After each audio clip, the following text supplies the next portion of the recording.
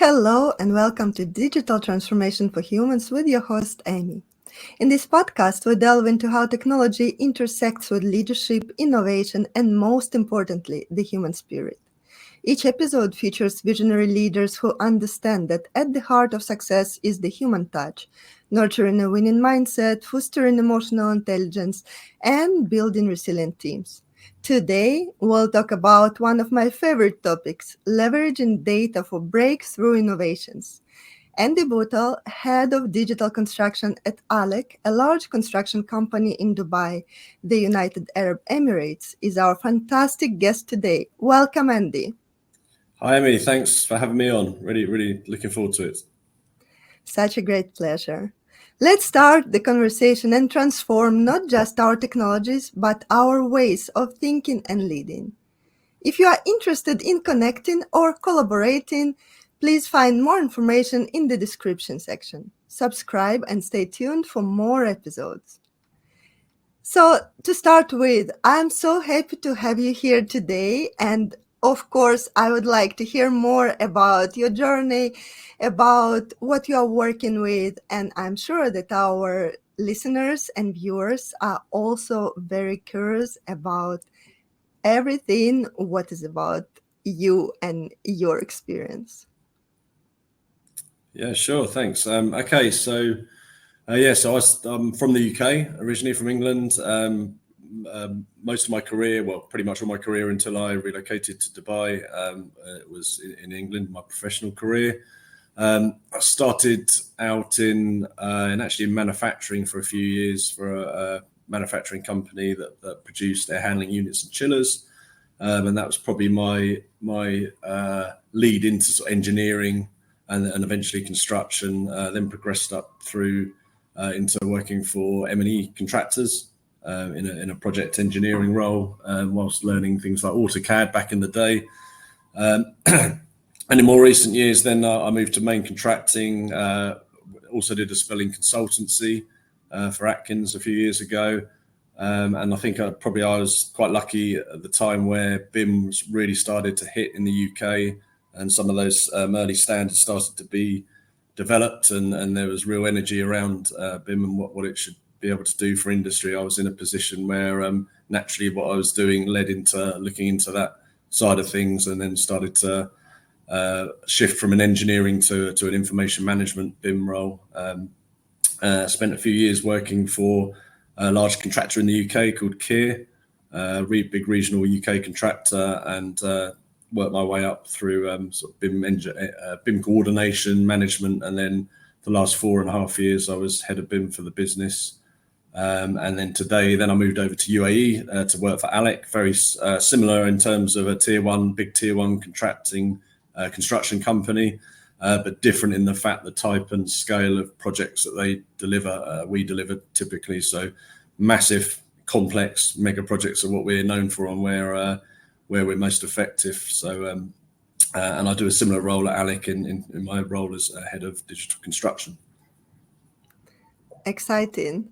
Such a path to success, and you're working with super exciting topics, and I see that the scale is also very impressive. So, what are the latest innovation trends in digital construction you see, and how do emerging technologies like the metaverse and AI create new opportunities for the industry? You can see it from the inside, so let's share it with everybody. Yeah, I mean, I think you touched on the two big ones there. I mean, AI, of course, in the last year or two or three, and it's rapidly developing. I think as an industry, we're still trying to get our heads around the use cases, and obviously it's growing. The use cases are probably quite limited at the moment, albeit there's some organisations focused on AI specifically and where it can help, and it's going to be incredibly transformative over the next few years as it develops, and we look at different models, data models, and where AI can help. I think mostly at the moment we're quite honestly using it for sort of chat office assistants and obviously querying internet and data sets. So I mean, yeah, the AI is going to be transformative, and it's probably going to be the quickest transformation we will see in the industry. I think over the next 5 years plus. Obviously, linked with that's metaverse, quantum computing, and it just, I guess, it stimulates and generates lots of new roles in the industry. We need people who can really understand data, and there'll be new roles for the art of the possibles immense, isn't it? We'll have machines hopefully taking over some of the more dangerous, laborious jobs on site, but we'll need humans to operate, to make sure that they're maintained and operated and functional. So it's quite an exciting space to be. Also, we've got the advent of digital twinning. BIM is still prevalent. Of course, that's the core of how we should be working and delivering information and exchanging it on projects and assets. And then all of these things kind of start to hang off it with the technology that's becoming possible in the industry. So quite an exciting place to be at the moment. True. For real, we are actually the first generation who is creating this world around us through those amazing technologies. And it is such an honor, but at the same time, a huge responsibility to work with those technologies, to develop them, and to stand for the outcomes as well. Technologies, you can have brilliant technologies, and we'll get onto this, I'm sure, as we go. But if it has to have a purpose, it has to have a good, well understood process and competent people to use it. So the technology alone is not enough.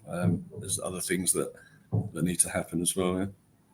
I totally agree.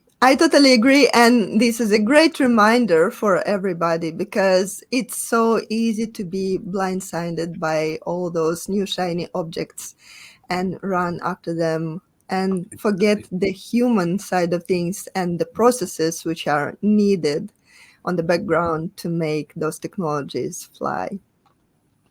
And you work with digital twinning. How does it relate to building information modeling, and what are the benefits they bring to the projects? Okay, yes. I mean, honestly, we don't have any real experience working in practice with digital twinning, because, I mean, depending on your understanding and definition, for me, the digital twinning is the connectivity between the actual physical asset and the cyber that represents it, whether it's a 3D model, a data set, or whatever it is, and the connectivity between the two, and bi-directional information being exchanged to inform one and the other. So in that definition, it's actually you need something physical for the digital twin to connect to. So its main use is in operations, the operational phase, the life cycle of a operational use of whether it's a building, a bit of infrastructure, whatever it is. So as a contractor on the delivery side, we don't really have much.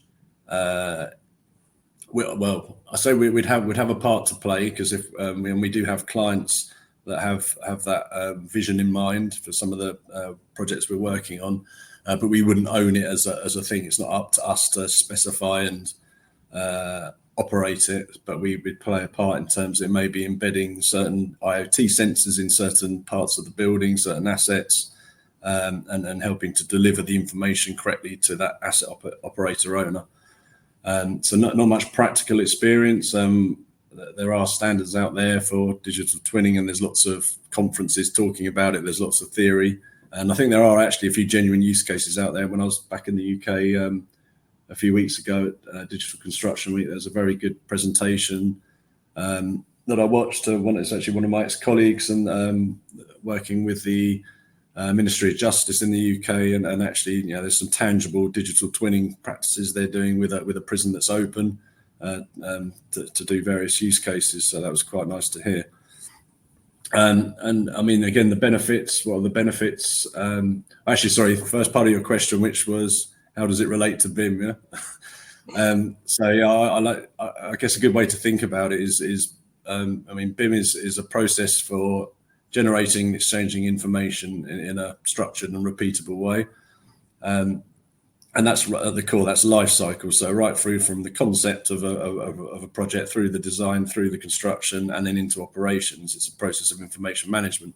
So that really is the core, forms the core of the information about a particular asset or assets, and then the digital twinning piece will, work from that data set of information and connect and provide other use cases. And it may be monitoring building performance is the obvious one. So almost real time or semi real time data feedback from an operational building back to the data set, and then whatever interventions that can help optimize it in its operations.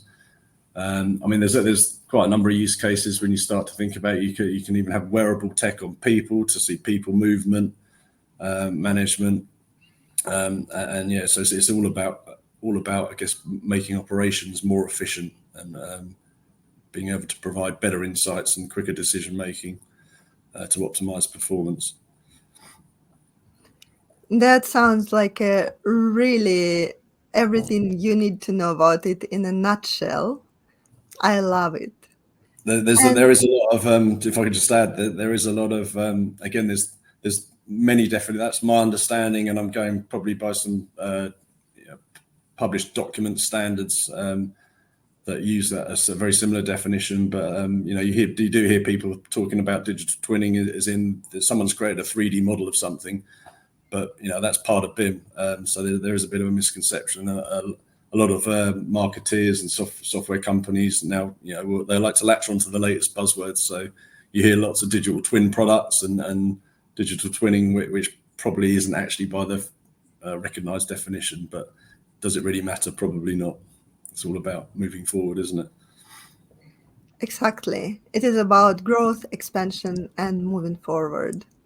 So true. And it is impossible to do it without data. So now I want to hear a little bit more about data. And I wonder if you can share your view on evolution of data standards and frameworks that support the effective use of the latest technologies and enable expansion. Yeah, so I guess, and I quite like standards. I'm a bit geeky like that, so that's a nice question for me.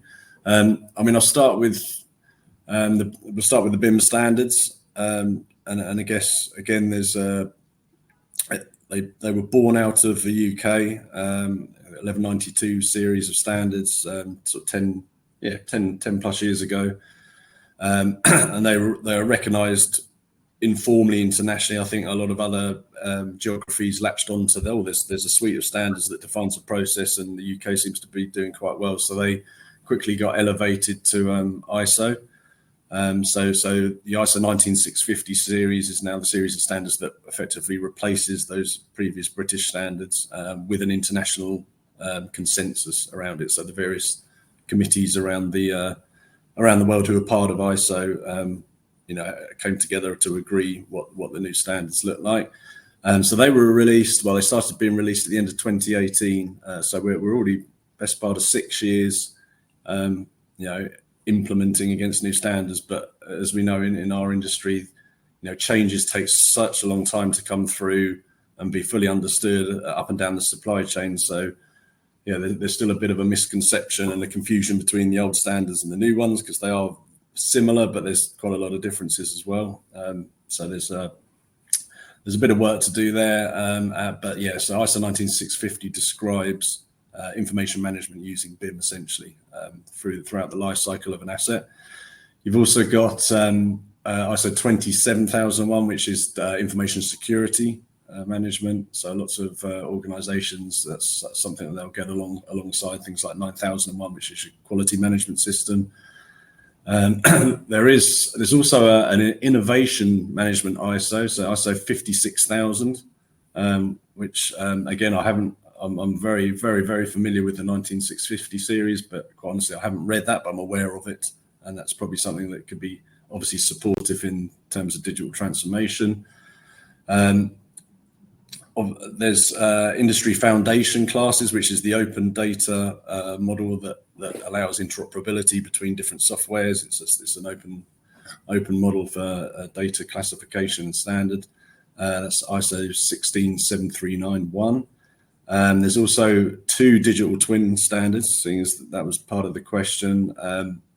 30172, which is actually talks about some use cases, and there's 30173, which is concepts and terminology for digital twins. So there's quite a lot to read out there that all kind of go under the melting pot of digital transformation for our industry. And I'm sure there's others I haven't noted there, but that would be certainly a good starting point for anyone. What a great overview of all those standards and areas where it is important to keep your focus. And it is a great reminder and actually a kind of cheat sheet for everybody who is listening to us today. So here is everything you need to look into if you are working with this topic. And it is quite challenging. So now, what challenges have you faced in implementing big data strategies? And of course, I absolutely want and need to know, how have you overcome them? Not sure we have. Yeah, that is challenging. I mean, I guess with the advent of all of this technology, and as we slowly start to manage more and more data, generate and try and manage more data as an industry, it's really challenging because you get so much data, and then it's actually like working out what's useful and how to interpret it, isn't it? So, I mean, something we're doing at the moment in ALEC is putting in our IT teams in the business are putting in a data warehouse in Lake to try and draw the identified useful data from all the different platforms, softwares we use into a common structure that's governed and cleansed and analyzed to then get live or semi-real-time reporting from, so we can plug in Power BI dashboards, etc. But quite honestly, we're still on that journey, and probably quite soon on the journey. But instantly, you start to realise, that's not something that's going to be quick and easy. It's going to be very challenging because a number of the tools we use will have data that should be perhaps connected or related. There may be duplication of some data across a number of tools, perhaps. So there's a mapping there, and there's organising into something tangible that people can just pull reports off, and trust in that data is definitely a journey. So we haven't solved it yet, but we think we're on the right path, and we'll find out as we go. I so understand all those challenges because I've been building those solutions, and I know exactly how complicated it can be and how the problems show up where you didn't even expect. But on top of that, of course, all those overlaps and duplications and quality of data and everything you need to keep in mind when you are building the data lake, and then of course creating actionable insights through data, through visualizations, and everything what is needed in the company to use data properly. It is a journey, but it is so needed. It is so efficient, and once it is in place, it's a fantastic feeling, and you can move forward so much faster in a more powerful way. So you've realised the outcome of going through that process as well, which sounds good. Yes. I mean, so something we're doing as part of this, it's actually one of the sub challenges in an innovation challenge we've got going on in the business, is looking at reporting generally. How do we report? What reports do we produce? Why are we producing them? How long do they take to produce? And it's the effort is going to be worth it at the end of the day, because you look at the amount of person hours across multidisciplinary teams that are literally pulling together reports, whether it's weekly, bi-weekly, monthly, and how much manual effort goes into that is pretty astounding. So if you can even just start to automate a part of that and reduce maybe half the effort for one person who does that every single week throughout the course of a project, or however many people are doing it, the efficiency benefits and hopefully accuracy and quality benefits should be pretty good. Exactly. And the way you are going to collaborate and look at the same data Mm. and the way of working in a cross-functional way, Mm. you are going to feel the uplift and it's going to be so much easier and you're going to feel the alignment on a completely new level. So it's a new dimension of collaboration, of course, when you have all that in place up and running. Sure, for sure. Exciting times ahead. So now, how about you share one piece of advice for leaders building those success stories in the innovative digital space? I'm sure everybody would like to hear something valuable, what can help them and they can relate to as well. Because every piece of experience we go through, it helps others to avoid those mistakes and Sure, yeah. take up Um, much faster as well. so building use case. So yeah, I mean, I guess you're only as good as the team of people working around you. It's probably quite an obvious thing to say, but identifying the right people to work on whatever specific outcome challenge you're looking at, and pulling in expertise from across. If you're a large organisation, what we've found is that, the best performing teams are those who come from different areas of the business. Whether it's a subsidiary business, whether it's people from different departments within a business, and a diverse mix of people. Whether it's ethnicity, male or female.